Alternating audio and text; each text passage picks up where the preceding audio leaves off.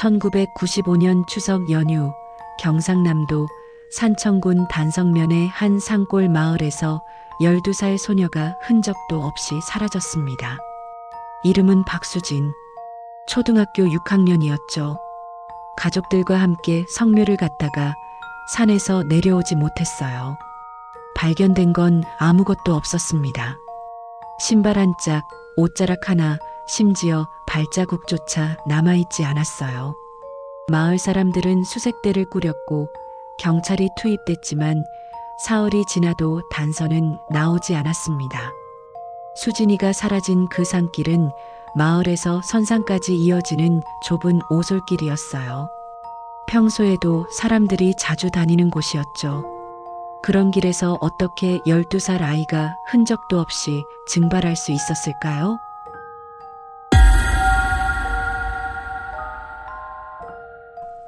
시간을 조금 되돌려 보겠습니다.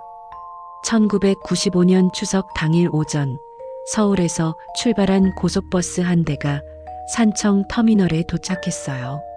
수진이는 어머니 그리고 새아버지와 함께 버스에서 내렸습니다. 큰 보따리를 든 어머니의 표정은 어딘가 굳어 있었고 새아버지는 낯선 시골 풍경을 두리번거렸죠. 수진이만 유일하게 밝은 얼굴이었어요. 외할머니를 만날 수 있다는 기대감 때문이었습니다. 버스 터미널에서 마을까지는 다시 30분을 더 가야 했어요. 택시를 타고 구불구불한 산길을 올라가는 동안 차창 밖으로 단풍 든 산이 펼쳐졌습니다. 수진이는 창밖을 내다보며 중얼거렸죠. 작년보다 단풍이 더 예쁘다고요. 어머니는 아무 대꾸도 하지 않았어요. 그저 무릎 위에 올린 보따리만 꼭 붙잡고 있었습니다. 마을에 도착하자 외할머니가 대문 앞에서 기다리고 있었어요. 수진이는 달려가 할머니를 껴안았습니다. 할머니는 수진이의 머리를 쓰다듬으며 많이 컸다고, 이제 제법 아가씨 같다고 말했죠. 하지만 할머니의 시선은 곧 딸과 사위에게로 향했어요. 어색한 인사가 오갔습니다. 짧고 건조했죠. 오후 2시쯤 가족들은 성묘를 위해 집을 나섰습니다. 할머니는 나이가 많아 집에 남았고 수진이와 어머니, 새아버지 셋만 산을 올랐어요. 선산까지는 40여 분 거리. 비포장 산길이었지만 경사가 심하지 않아 걷기에 무리는 없었습니다. 수진이는 앞장서서 걸었어요. 낙엽을 밟으며 가끔 뒤를 돌아보며 어머니를 불렀죠. 어머니는 지친 얼굴로 천천히 따라왔습니다. 성묘는 30분 정도 걸렸어요. 묘 앞에 차례 음식을 차리고 절을 올렸습니다. 수진이는 외할아버지 얼굴을 본 적이 없었지만 어머니가 시키는 대로 정성껏 절을 했어요. 그리고 마지막으로 묘비 앞에 국화꽃을 놓았습니다. 오후 4시 산을 내려올 시간이었습니다. 해가 서쪽으로 기울고 있었어요. 수진이는 이번에도 먼저 걸었죠. 어머니와 새아버지는 몇 걸음 뒤에서 따라왔습니다. 그때였어요. 수진이가 갑자기 멈춰 섰습니다. 길 옆 덤불 사이로 뭔가를 발견한 것 같았죠. 어머니가 물었어요. 어디 가냐고요? 수진이는 대답 없이 덤불 쪽으로 몇 걸음 들어갔습니다. 그게 마지막이었어요. 어머니가 다시 불렀을 때 수진이는 이미 보이지 않았습니다. 어머니와 새아버지는 당황해서 주변을 뒤졌지만 수진이의 모습은 어디에도 없었죠. 불과 1분도 안 되는 사이에 일어난 일이었습니다. 그날 저녁 마을 전체가 발칵 뒤집혔어요. 그리고 28년이 지난 지금까지도 박수진의 행방은 오리무중입니다.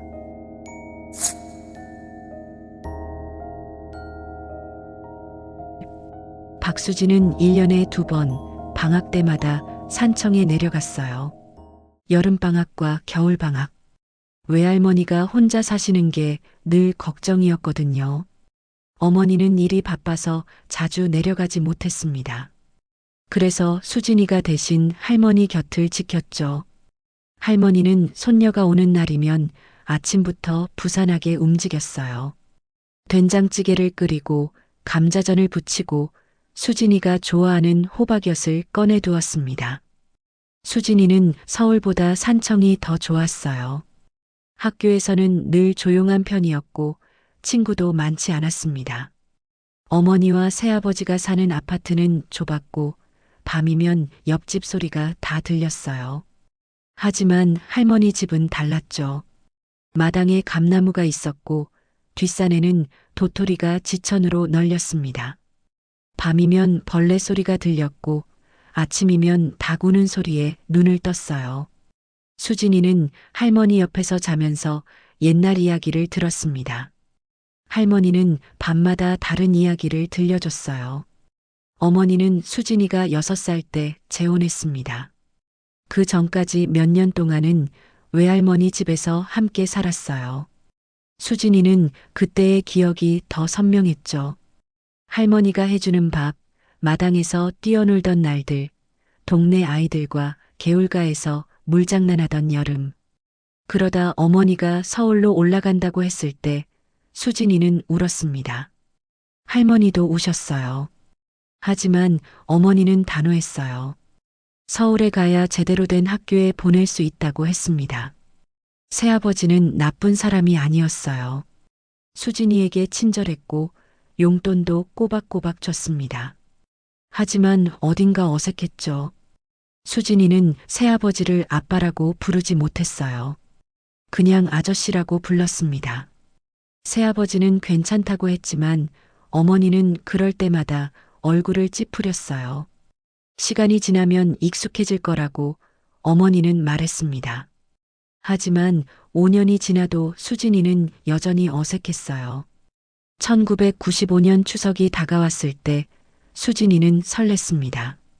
여름방학 이후 2달 만에 할머니를 만나는 거였으니까요. 어머니는 처음에는 안 간다고 했어요. 올해는 서울에서 보내자고 했죠. 하지만 수진이가 가고 싶다고 조르자 결국 허락했습니다. 다만 이번에는 새아버지도 함께 가기로 했어요. 외할머니한테 제대로 인사를 드려야 한다면서요. 출발 전날 밤 수진이는 가방을 쌌습니다. 할머니께 드릴 선물도 챙겼어요. 학교에서 받은 칭찬 스티커를 모아둔 공책이었죠. 할머니는 손녀가 공부 잘하는 걸 무척 자랑스러워 했거든요. 수진이는 가방을 다 싸고 나서 창밖을 내다봤습니다. 서울의 밤하늘에는 별이 거의 보이지 않았어요. 하지만 산청에 가면 볼 수 있을 거예요. 반짝이는 별들을요. 추석 당일 아침 가족은 일찍 집을 나섰습니다. 고속버스 터미널까지는 지하철을 타고 갔어요. 터미널에는 사람들이 가득했습니다. 모두 고향으로 가는 사람들이었죠. 수진이는 어머니 손을 잡고 걸었어요. 새아버지는 큰 보따리를 들고 뒤따랐습니다. 버스에 오르면서 수진이는 생각했어요. 이번 추석에는 할머니랑 더 오래 있고 싶다고요. 마을에 도착했을 때 외할머니는 대문 앞에 서 있었어요. 멀리서부터 택시 소리를 듣고 나온 거였죠. 수진이가 차에서 내리자마자 할머니에게 달려갔습니다. 할머니는 손녀를 꼭 안으며 얼마나 보고 싶었는지 모른다고 했어요. 키도 더 크고 얼굴도 많이 어른스러워졌다면서요. 수진이는 할머니 품에서 익숙한 냄새를 맡았습니다. 된장 냄새와 빨랫비누 냄새, 집 냄새였어요. 하지만 어머니와 새아버지가 다가오자 분위기가 달라졌어요. 할머니의 표정이 굳어졌습니다. 어머니는 어색하게 인사를 했고 새아버지는 허리를 깊이 숙였죠. 할머니는 짧게 고개만 끄덕였어요. 그리고 집 안으로 들어가라고 했습니다. 목소리에는 온기가 없었어요. 점심을 먹는 동안 대화는 거의 없었습니다. 할머니가 차린 음식은 푸짐했지만 식탁 분위기는 무겁게 가라앉았어요. 수진이만 열심히 먹었죠. 할머니가 해준 음식이 그리웠거든요. 어머니는 밥을 거의 먹지 않았습니다. 젓가락만 이리저리 움직일 뿐이었어요. 새아버지는 조심스럽게 반찬을 집으면서 맛있다고 말했지만 할머니는 대꾸하지 않았습니다. 식사를 마치고 차를 마시는 자리에서 할머니가 물었어요. 성묘는 언제 갈 거냐고요. 어머니가 오후에 가겠다고 했습니다. 할머니는 자기는 나이가 많아서 못 가니 셋이서 다녀오라고 했어요. 길은 잘 알고 있을 거라면서요. 어머니는 알겠다고 했지만 표정은 여전히 어두웠습니다. 오후 2시가 조금 넘었을 때 가족은 집을 나섰어요. 할머니는 대문 앞까지 나와 배웅했습니다. 수진이에게 조심해서 다녀오라고 손을 흔들었죠. 수진이는 할머니를 향해 활짝 웃으며 손을 흔들었어요. 그게 할머니가 본 손녀의 마지막 모습이었습니다. 산길은 생각보다 가팔랐어요. 수진이는 몇 년 전에도 이 길을 걸었지만 그때보다 숨이 찼습니다. 어머니는 더 힘들어했어요. 중간중간 멈춰서 숨을 고르곤 했죠. 새아버지는 괜찮냐고 물었지만 어머니는 괜찮다고만 했습니다. 수진이는 앞장서서 걸었어요. 낙엽을 밟을 때마다 바스락 소리가 났죠. 가끔 뒤를 돌아보면 어머니와 새아버지가 몇 걸음 뒤에서 천천히 따라오고 있었어요. 선산에 도착했을 때는 오후 3시쯤이었습니다. 묘는 생각보다 잘 관리되어 있었어요. 할머니가 여름에 벌초를 해둔 게 분명했죠. 어머니는 가져온 보따리를 풀어 제사 음식을 꺼냈습니다. 과일과 전, 그리고 나물을 차례로 놓았어요. 수진이도 도왔습니다. 조심스럽게 그릇을 나르고 어머니가 시키는 대로 음식을 배치했죠. 절을 올릴 차례였어요. 어머니가 먼저 절을 하고 새아버지가 따라했습니다. 수진이는 마지막으로 절을 올렸어요. 외할아버지를 본 적은 없지만 할머니가 늘 말씀해 주신 분이었죠.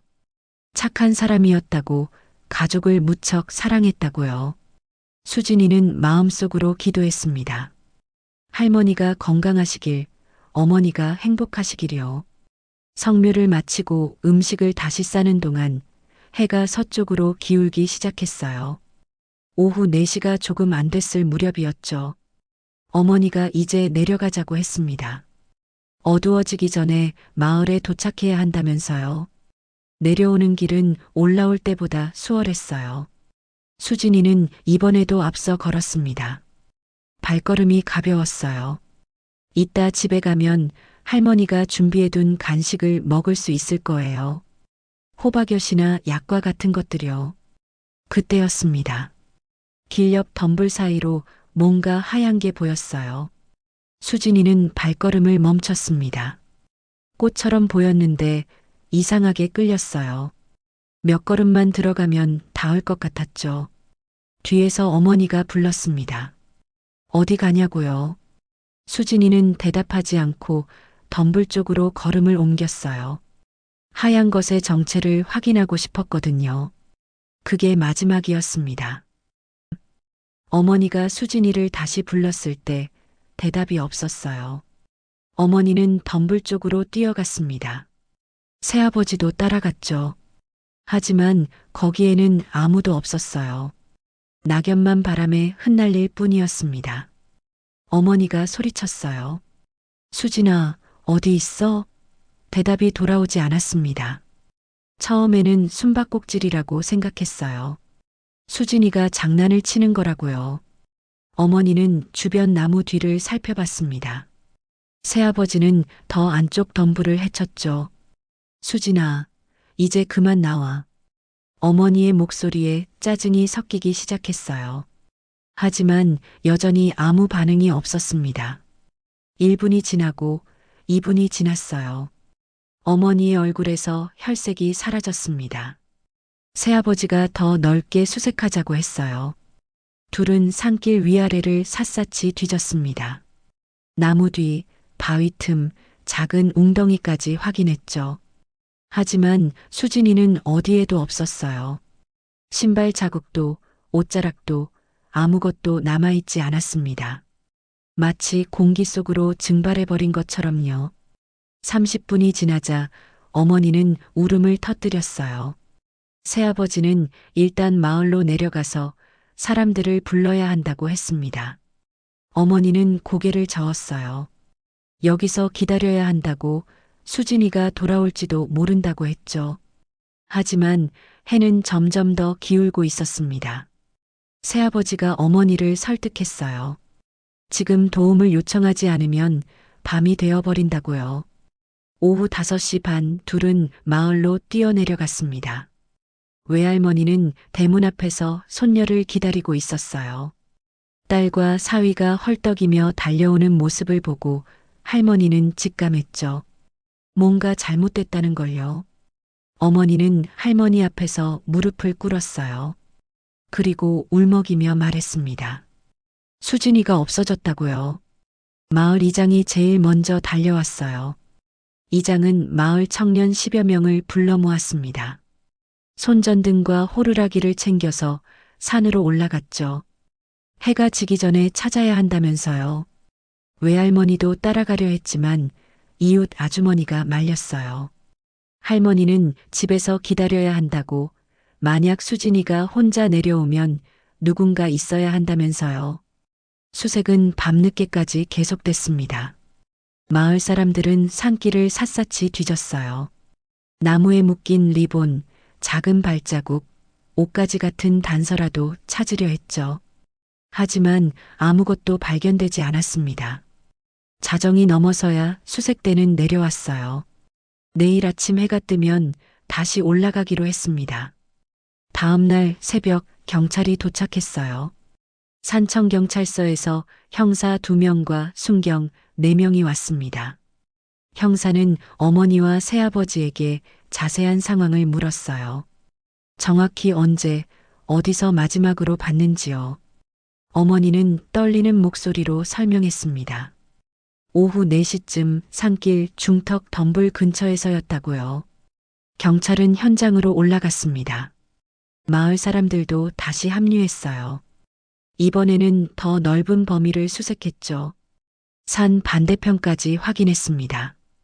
혹시 수진이가 길을 잃고 다른 방향으로 갔을 가능성도 있으니까요. 하지만 이틀째도 아무 단서가 나오지 않았어요. 그런데 사흘째 되는 날 이상한 증언들이 나오기 시작했습니다. 마을 이장이 경찰에게 말했어요.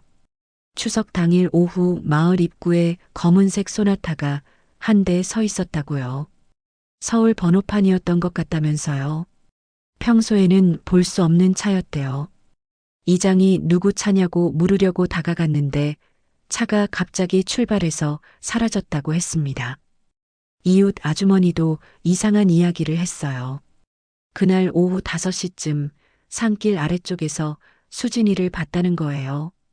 혼자 걷고 있었대요. 표정은 멍했고 뭔가에 홀린 것 같았다면서요. 아주머니가 어디 가냐고 물으려고 했는데 수진이가 고개도 돌리지 않고 그냥 지나갔다고 했습니다. 하지만 시간이 맞지 않았어요. 오후 5시면 어머니와 새아버지가 이미 수진이를 찾고 있을 때였거든요. 산길 중턱에서 사라진 수진이가 어떻게 그 시간에 산 아래에 있을 수 있었을까요? 게다가 아주머니가 본 장소는 마을 입구 쪽이었어요. 성묘하던 곳에서 완전히 반대 방향이었죠. 또 다른 마을 주민은 이렇게 말했어요. 그날 오후 4시 반쯤 산 위쪽에서 차 소리를 들었다고요. 엔진 소리가 컸대요. 산길은 비포장이라 일반 승용차는 잘 올라가지 않거든요. 그런데 그날은 분명 차가 올라갔다는 거예요. 누가 산에 차를 몰고 갔을까요? 증언은 계속 엇갈렸습니다. 누군가는 수진이가 혼자 걷는 걸 봤다고 했고, 누군가는 검은색 차를 봤다고 했어요. 누군가는 아무것도 보지 못했다고 했죠. 경찰은 혼란스러워했습니다. 어떤 증언을 믿어야 할지 알 수 없었어요. 외할머니는 사흘 동안 밥을 먹지 않았습니다. 그저 대문 앞에 앉아서 손녀를 기다렸어요.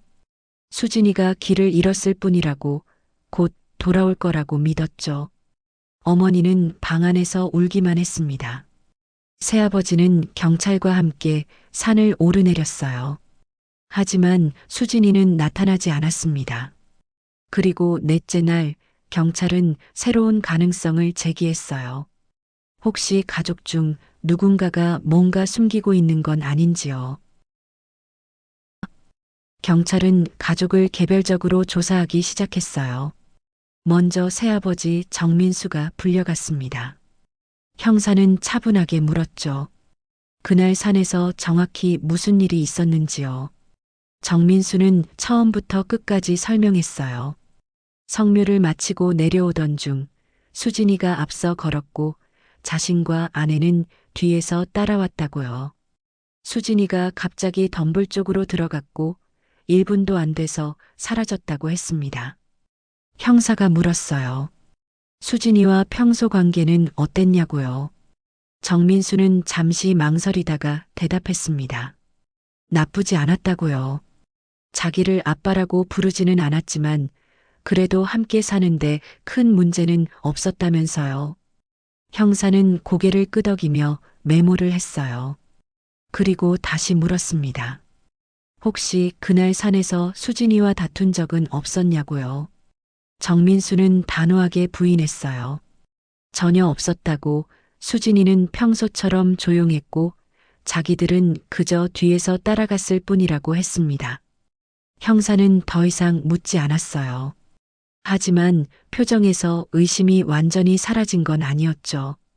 다음은 어머니 김영희의 차례였습니다. 어머니는 사흘 동안 거의 잠을 자지 못해서 눈이 퉁퉁 부어 있었어요. 형사가 물었습니다. 수진이가 사라지기 전에 평소와 다른 행동은 없었냐고요. 어머니는 고개를 저었어요. 아무것도 달라진 게 없었다고, 그냥 평범한 하루였다고 했습니다. 하지만 형사는 다른 질문을 던졌어요. 재혼하기 전 상황에 대해 물었죠. 수진이의 친아버지는 어디에 있는지, 언제 헤어졌는지요. 어머니는 입술을 깨물었습니다. 대답하고 싶지 않은 질문이었던 거예요. 하지만 형사는 기다렸습니다. 이건 수진이를 찾기 위해 꼭 필요한 정보라고 했죠. 어머니는 천천히 말하기 시작했어요. 친아버지와는 7년 전에 헤어졌다고요. 수진이가 5살 때였죠. 이혼 사유는 남편의 사업 실패와 음주였습니다. 빚이 쌓이고 집안 분위기가 나빠졌어요. 어머니는 수진이를 데리고 산청 친정으로 돌아왔죠. 그 후로 친아버지는 연락이 끊겼다고 했습니다. 형사가 물었어요. 정말 완전히 연락이 끊겼냐고요. 혹시 최근에 연락을 시도한 적은 없었냐고요. 어머니는 잠시 멈칫했습니다. 그리고 작은 목소리로 말했어요. 1년에 한두 번 정도 수진이 생일이나 명절에 전화가 왔다고요. 하지만 자기는 받지 않았다면서요.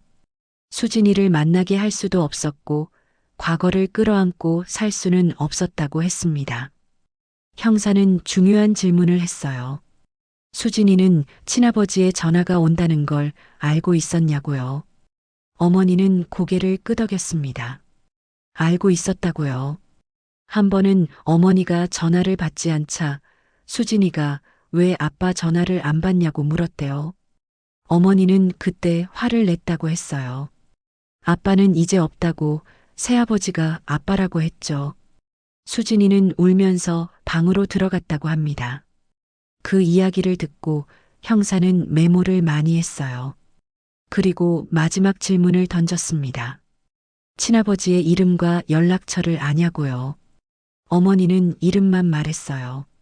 박철수라고요. 하지만 연락처는 모른다고 했습니다. 전화번호가 자주 바뀌어서 정확히 알 수 없다면서요. 외할머니도 경찰 조사를 받았어요.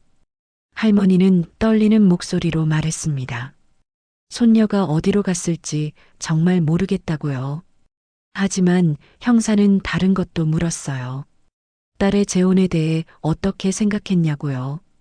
할머니는 솔직하게 대답했습니다. 반대했다고요. 할머니가 재혼을 반대한 이유는 간단했어요. 정민수를 믿을 수 없었던 거죠. 만난 지 겨우 석 달 만에 결혼을 결정했거든요. 너무 급했어요. 게다가 정민수는 수진이에게 관심이 없어 보였대요. 딸만 보는 것 같았다고 합니다. 할머니는 딸에게 좀 더 생각해 보라고 말했지만 딸은 듣지 않았어요. 서울에서 새 출발을 하고 싶다면서요. 할머니는 눈물을 흘리며 말했어요. 그때 딸을 더 붙잡았어야 했다고요. 수진이를 자기가 키우겠다고 했어야 했다고요. 그랬다면 이런 일은 없었을 거라면서요. 형사는 할머니를 위로했습니다. 할머니 잘못이 아니라고, 누구도 예상할 수 없던 일이라고요. 며칠 후 경찰은 박철수의 소재를 추적하기 시작했어요. 마지막으로 알려진 주소는 부산이었습니다. 하지만 이미 그곳을 떠난 뒤였어요. 이웃 사람들에게 물어봤지만 아무도 정확히 모르더라고요. 일용직으로 일하며 이곳저곳을 떠돌았다는 이야기만 들을 수 있었습니다. 경찰은 박철수가 추석 당일 어디에 있었는지 확인하려 했어요. 혹시 산청에 왔을 가능성이 있으니까요. 마을 이장이 목격한 검은색 소나타의 주인이 박철수일 수도 있었죠. 하지만 박철수는 차가 없었어요. 면허도 취소된 상태였습니다. 그렇다면 누구 차를 빌렸을까요? 마을에서는 소문이 돌기 시작했어요. 어떤 사람들은 새아버지가 수진이를 학대했을 거라고 수군댔습니다. 어떤 사람들은 친아버지가 딸을 납치했을 거라고 했어요. 또 어떤 사람들은 수진이가 스스로 가출했을 거라고도 했죠. 모두 추측일 뿐이었지만 소문은 눈덩이처럼 커졌습니다. 외할머니는 더 이상 마을 사람들과 마주치고 싶지 않았어요. 집 밖으로 나가지 않았죠. 어머니는 점점 말이 없어졌습니다. 새아버지는 혼자 산을 오르내리며 수진이를 찾았어요. 하지만 일주일이 지나도 2주일이 지나도 아무 소식이 없었습니다. 경찰은 수사 범위를 넓혔어요. 산청뿐 아니라 인근 도시까지 실종자 전단을 돌렸습니다. 버스 터미널과 기차역에도 수진이 사진을 붙였죠. 혹시 누군가 12살 소녀를 본 적이 있는지 물었어요. 하지만 유력한 목격담은 나오지 않았습니다. 그러던 중 한 가지 이상한 점이 발견됐어요. 어머니와 새아버지가 산청에 올 때 탄 고속버스 좌석이었습니다. 가족은 3명인데 좌석은 4개가 예약되어 있었던 거예요. 나중에 한 좌석은 취소됐지만 처음에는 분명 4명분이었죠. 경찰이 물었습니다. 왜 4명분을 예약했냐고요. 어머니는 당황한 표정으로 대답했어요. 실수였다고요. 예약할 때 착각했다고 했습니다. 하지만 형사는 의아했어요. 과연 그게 단순한 실수였을까요? 경찰이 수진이의 방을 수색하던 중 중요한 물건을 발견했어요. 책상 서랍 깊숙한 곳에 숨겨둔 작은 공책이었습니다. 일기장이었죠. 수진이는 1년 전부터 일기를 썼던 거예요. 경찰은 어머니에게 허락을 받고 일기를 읽기 시작했습니다. 일기의 첫 페이지에는 이렇게 적혀 있었어요. 아빠가 보고 싶다고요. 목소리라도 듣고 싶다고 했습니다. 어머니는 전화를 받아주지 않지만 자기는 아빠 목소리를 기억한다고 적었어요. 자상하고 따뜻한 목소리였다면서요. 술을 마시지 않을 때의 아빠는 세상에서 제일 좋은 사람이었다고 썼습니다. 여름방학 때 쓴 일기에는 이런 내용이 있었어요. 할머니 집에 갔는데 낯선 아저씨가 전화를 했다는 거예요. 할머니가 받았고 목소리를 듣고 끊어버렸대요. 수진이는 아빠였을 거라고 확신했습니다. 왜 아무도 자기한테 전화를 주지 않냐고, 아빠는 나쁜 사람이 아닌데 왜 모두 피하냐고 적었어요. 또 다른 일기에는 새아버지에 대한 이야기가 나왔습니다. 새아버지는 착하다고 했어요. 용돈도 주고 맛있는 것도 사주죠. 하지만 아빠 같지는 않다고 적었습니다. 어머니는 새아버지를 아빠라고 부르라고 하지만 입에서 나오지 않는다면서요. 자기에게는 이미 아빠가 있다고, 비록 만날 수 없어도 아빠는 아빠라고 썼어요. 추석 한 달 전 일기가 특히 중요했어요. 수진이는 전화번호 하나를 적어뒀습니다. 그리고 이렇게 썼죠. 어머니 지갑에서 메모지를 발견했다고요. 아빠 전화번호가 적혀 있었대요. 어머니는 연락처를 모른다고 했지만 거짓말이었던 거예요. 수진이는 몰래 그 번호를 공책에 옮겨 적었습니다. 그리고 추석 2주일 전 수진이는 용기를 냈어요. 공중전화 부스에 들어가서 그 번호로 전화를 걸었습니다. 심장이 터질 것 같았다고 일기에 썼어요. 신호음이 3번 울렸고 남자 목소리가 들렸죠. 수진이는 떨리는 목소리로 물었대요. 아빠냐고요. 박철수는 딸의 목소리를 알아들었어요. 수진아 하고 불렀다고 합니다. 수진이는 그 순간을 이렇게 적었죠. 눈물이 나왔다고요. 아빠 목소리를 다시 들을 수 있어서 너무 행복했다고요. 둘은 10분 정도 통화했습니다. 아빠는 잘 지내고 있냐고 물었고 수진이는 잘 지낸다고 대답했어요. 학교 생활 이야기도 했고 할머니 이야기도 했죠. 전화를 끊기 전에 박철수가 물었대요. 추석에 산청 간다는 이야기를 들었다고 자기도 갈 수 있냐고요. 수진이는 당황했습니다. 어떻게 대답해야 할지 몰랐어요. 그래서 그냥 오면 좋겠다고 했다고 합니다. 보고 싶다고도 했죠. 박철수는 알았다고 했어요. 방법을 찾아보겠다고요. 일기의 마지막 페이지는 추석 이틀 전에 쓰인 거였어요. 수진이는 걱정스럽다고 적었습니다. 아빠한테 오라고 한 게 잘한 일인지 모르겠다고요. 만약 어머니가 알면 화를 낼 거라면서요. 하지만 동시에 기대도 된다고 했어요. 아빠를 다시 볼 수 있다는 생각에 설렌다고 썼습니다. 경찰은 일기를 읽고 나서 즉시 어머니를 불렀어요. 형사가 물었습니다. 박철수의 전화번호를 알고 있었냐고요. 어머니는 부인했어요. 모른다고 했죠. 하지만 형사가 일기를 보여주자 어머니는 할 말을 잃었습니다. 지갑에서 발견된 메모지 이야기가 나오자 어머니는 고개를 떨궜어요. 어머니는 떨리는 목소리로 인정했어요. 전화번호를 알고 있었다고요. 박철수가 몇 달 전에 문자로 번호를 보냈는데 지우지 못하고 메모해뒀대요.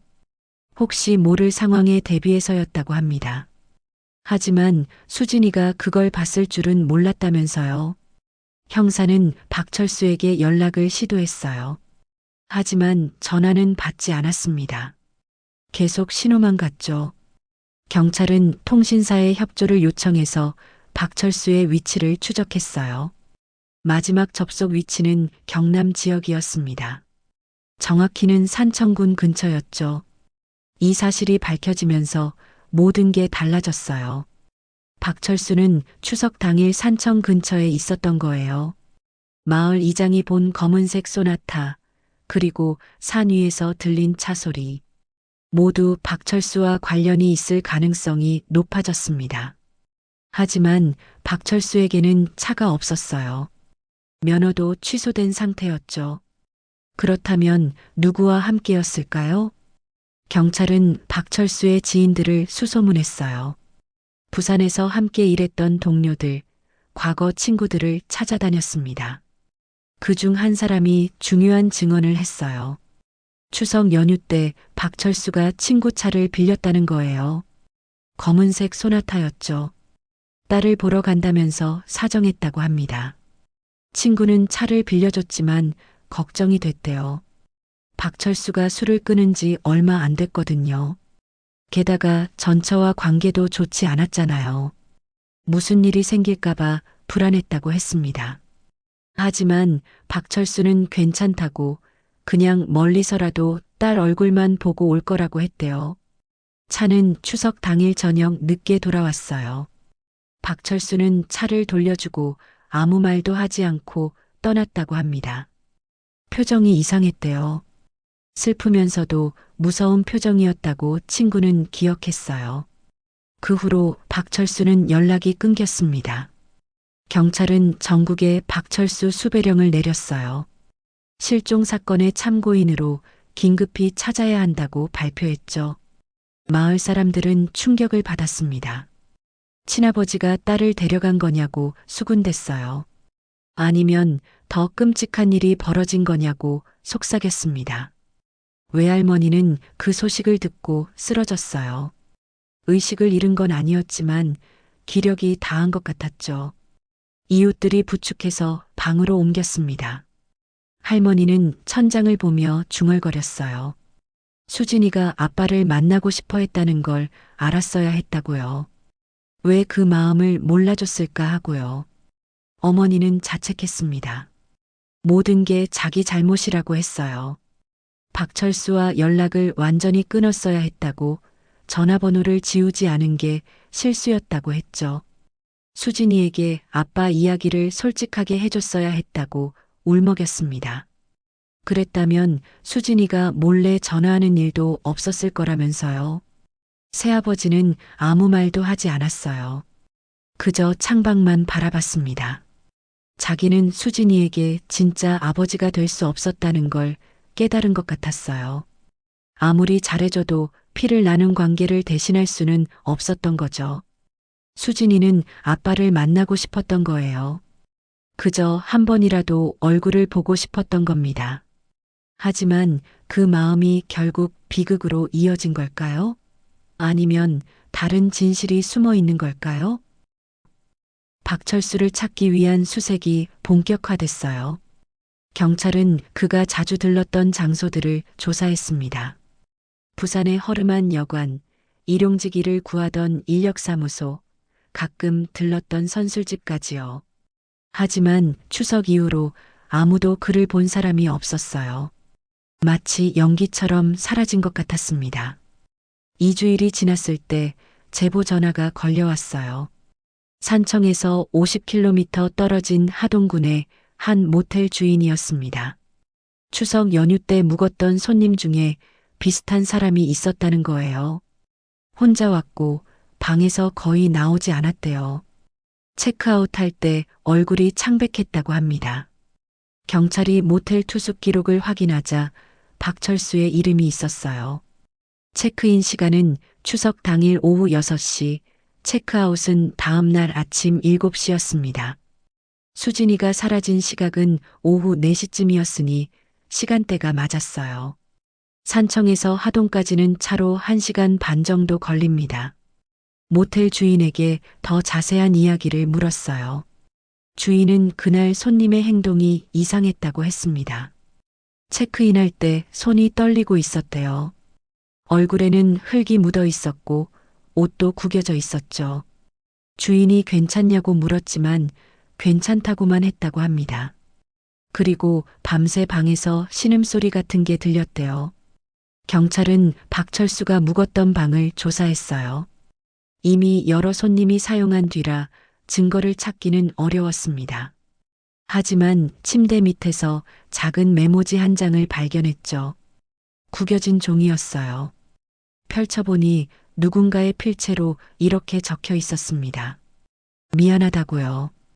그리고 수진이 이름이 적혀 있었어요. 이 메모는 결정적 증거처럼 보였습니다. 경찰은 박철수가 수진이에게 무슨 일을 저질렀을 가능성에 무게를 뒀어요. 수배령을 강화했고 전국의 경찰서에 협조 공문을 보냈죠. 박철수를 발견하는 즉시 확보하라고 지시했습니다. 하지만 이상한 점도 있었어요. 차를 빌려준 친구의 증언에 따르면 차에는 아무 흔적도 없었다고 합니다. 혈흔이나 머리카락, 옷가지 같은 게 전혀 없었대요. 경찰이 나중에 차량을 감식했지만 역시 마찬가지였어요. 깨끗했습니다. 만약 박철수가 수진이를 차에 태웠다면 뭔가 흔적이 남았어야 하는 거 아닐까요? 또 다른 의문도 있었어요. 이웃 아주머니가 본 수진이 목격단 말이에요. 오후 5시쯤 마을 아래쪽에서 혼자 걷는 모습을 봤다는 증언이요. 만약 그게 사실이라면 박철수가 수진이를 데려갔다는 가설과 맞지 않았어요. 경찰은 아주머니를 다시 불러서 정확히 물었습니다. 정말 수진이가 확실했냐고요. 아주머니는 자신 있게 대답했어요. 분명 수진이었다고요. 키도 비슷했고 그날 입고 있던 옷도 같았대요. 하지만 표정이 이상했다고 덧붙였습니다. 멍한 얼굴이었고 걷는 모습도 어딘가 이상했다면서요. 마치 꿈을 꾸는 사람처럼 보였다고 했어요. 경찰은 그 시간대에 다른 목격자를 찾으려 했어요. 오후 5시쯤 마을 근처에 있었던 사람이 또 있는지 수소문했습니다. 그런데 한 명이 더 나타났어요. 마을 입구 슈퍼를 운영하는 주인 아저씨였죠. 그도 비슷한 시간에 소녀를 봤다고 했습니다. 하지만 그의 증언은 조금 달랐어요. 소녀는 혼자가 아니었대요. 누군가와 함께 있었다는 겁니다. 남자였는데 얼굴은 잘 안 보였다고 했어요. 거리가 멀었거든요. 둘은 길가에 서서 이야기를 나누는 것 같았대요. 그리고 곧 검은색 차에 탔다고 합니다. 이 증언은 모든 걸 복잡하게 만들었어요. 수진이가 스스로 차에 탔다는 건가요? 아니면 억지로 끌려간 건가요? 남자가 박철수였다면 수진이는 아빠를 알아봤을 거예요. 그렇다면 저항하지 않았을 가능성이 높죠. 경찰은 새로운 가설을 세웠습니다. 박철수는 산에서 수진이를 만났어요. 딸은 반가워하며 아빠를 따라갔죠. 둘은 함께 산을 내려왔고 마을 근처에서 차에 탔습니다. 그리고 어딘가로 갔어요. 하지만 왜 박철수는 그 후로 수진이를 돌려보내지 않았을까요? 무슨 일이 있었던 걸까요? 한 달이 지났을 때 또 다른 제보가 들어왔어요. 이번에는 전라남도 광양의 한 식당 주인이었습니다. 며칠 전 식당에 남자가 왔는데 박철수와 비슷하게 생겼다는 거예요. 혼자 밥을 먹으면서 계속 울고 있었대요. 주인이 괜찮냐고 물었지만 대답하지 않고 그냥 나갔다고 합니다. 경찰이 광양으로 출동했지만 박철수는 이미 떠난 뒤였어요. 어디로 갔는지 아무도 몰랐습니다. 마치 유령처럼 이곳저곳에 나타났다 사라지는 것 같았어요. 경찰은 점점 초조해졌습니다.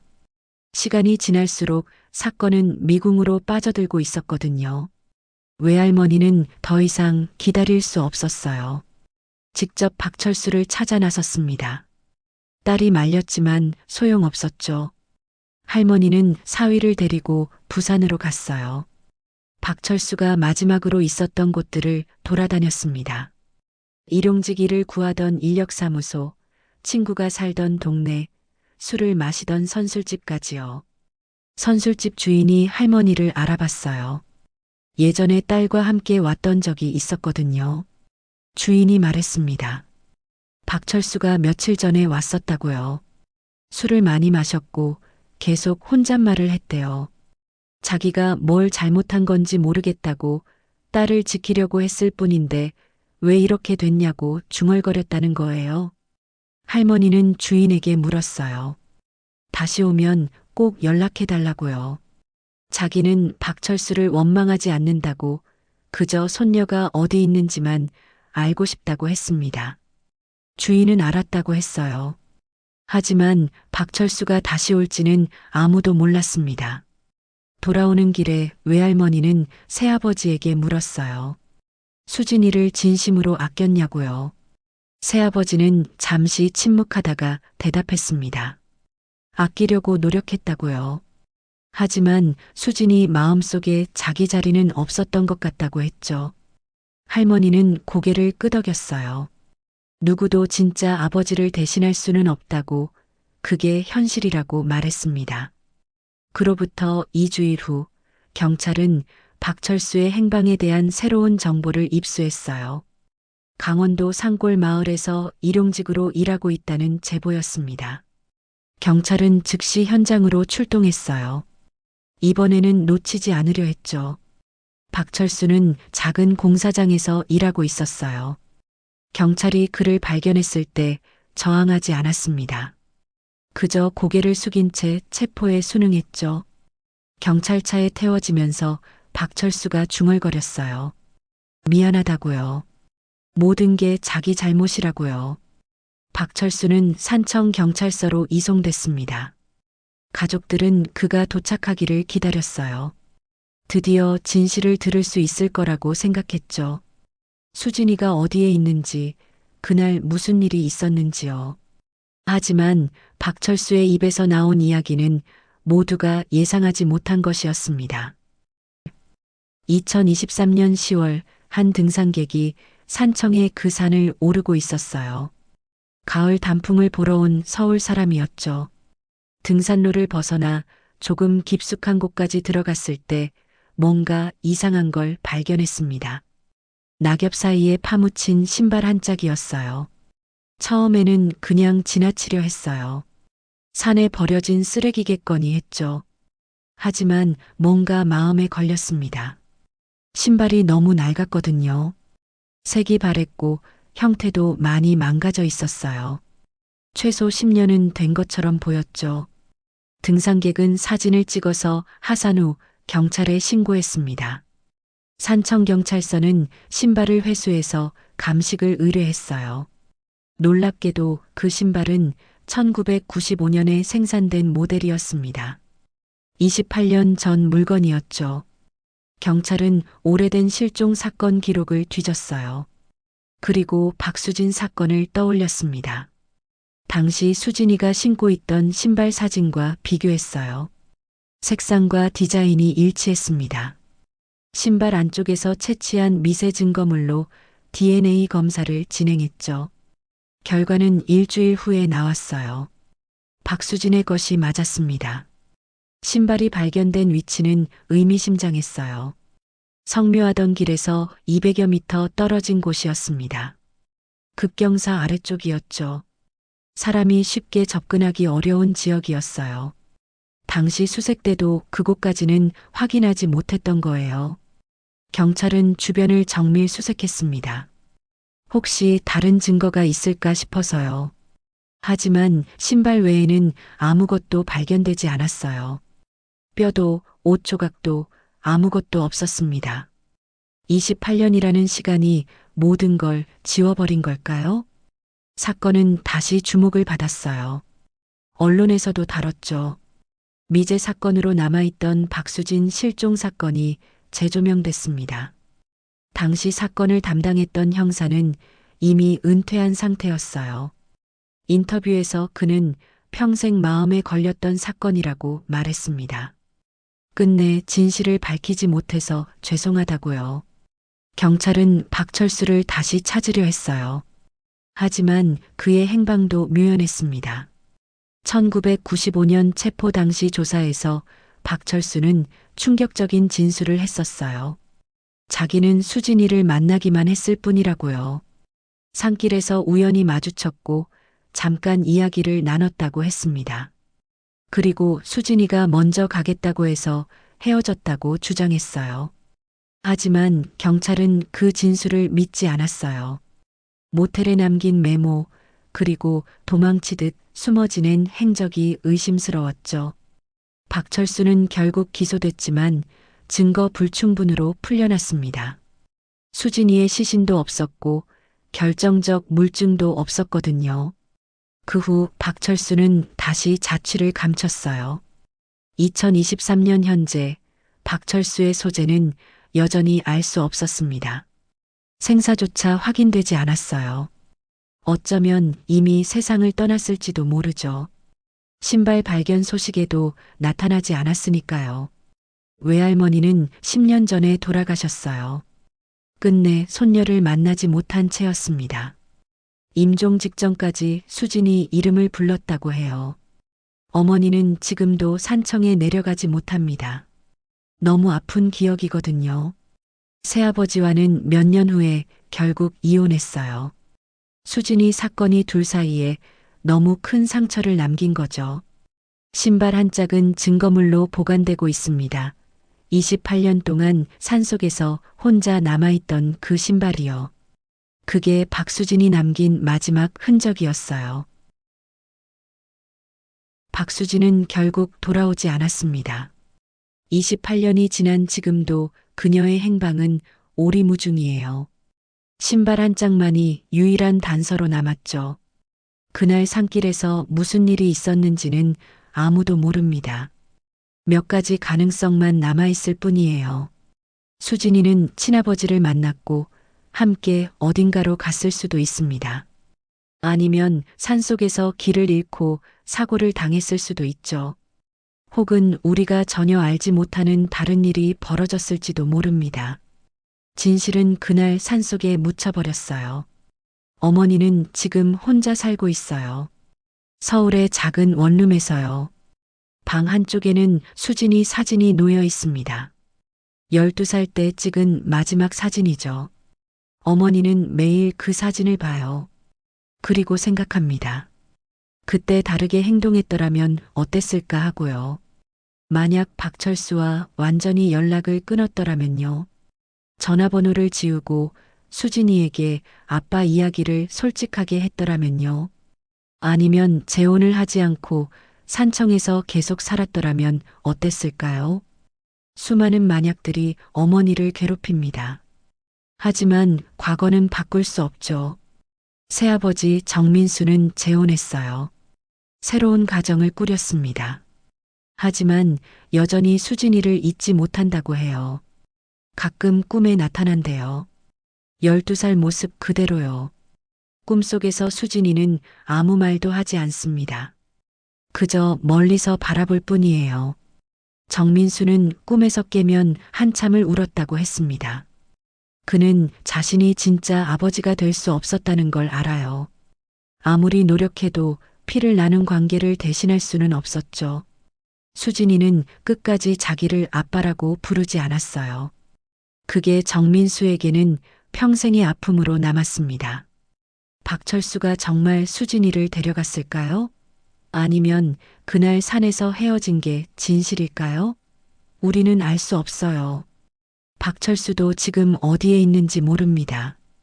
어쩌면 진실을 품은 채 이미 세상을 떠났을지도 몰라요. 이 사건이 우리에게 남긴 건 뭘까요? 가족 사이의 침묵이 얼마나 위험한지, 아이의 마음을 얼마나 세심하게 들여다봐야 하는지를 보여줍니다. 수진이는 그저 아빠가 보고 싶었던 거예요. 말할 수 없어서 혼자 그 마음을 키웠죠. 그리고 결국 비극으로 이어졌습니다. 산청의 그 산은 지금도 그대로 있어요.